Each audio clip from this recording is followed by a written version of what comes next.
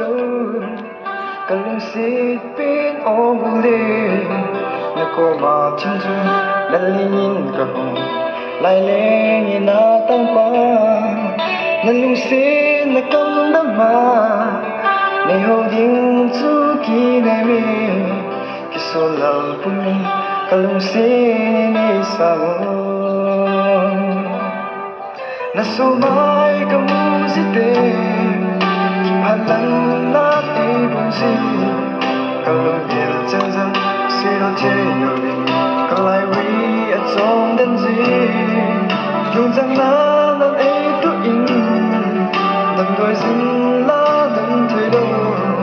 la la ki ding dan doi ba pin nam na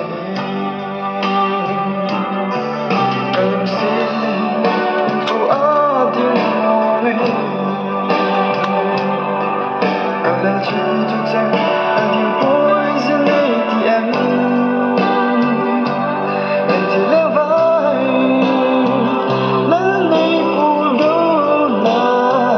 sun den zan ti ni lo lin ni chu zi ni nang lo e lem bi ding ke kan ni zung boy o le sa la lu se na ni cham lo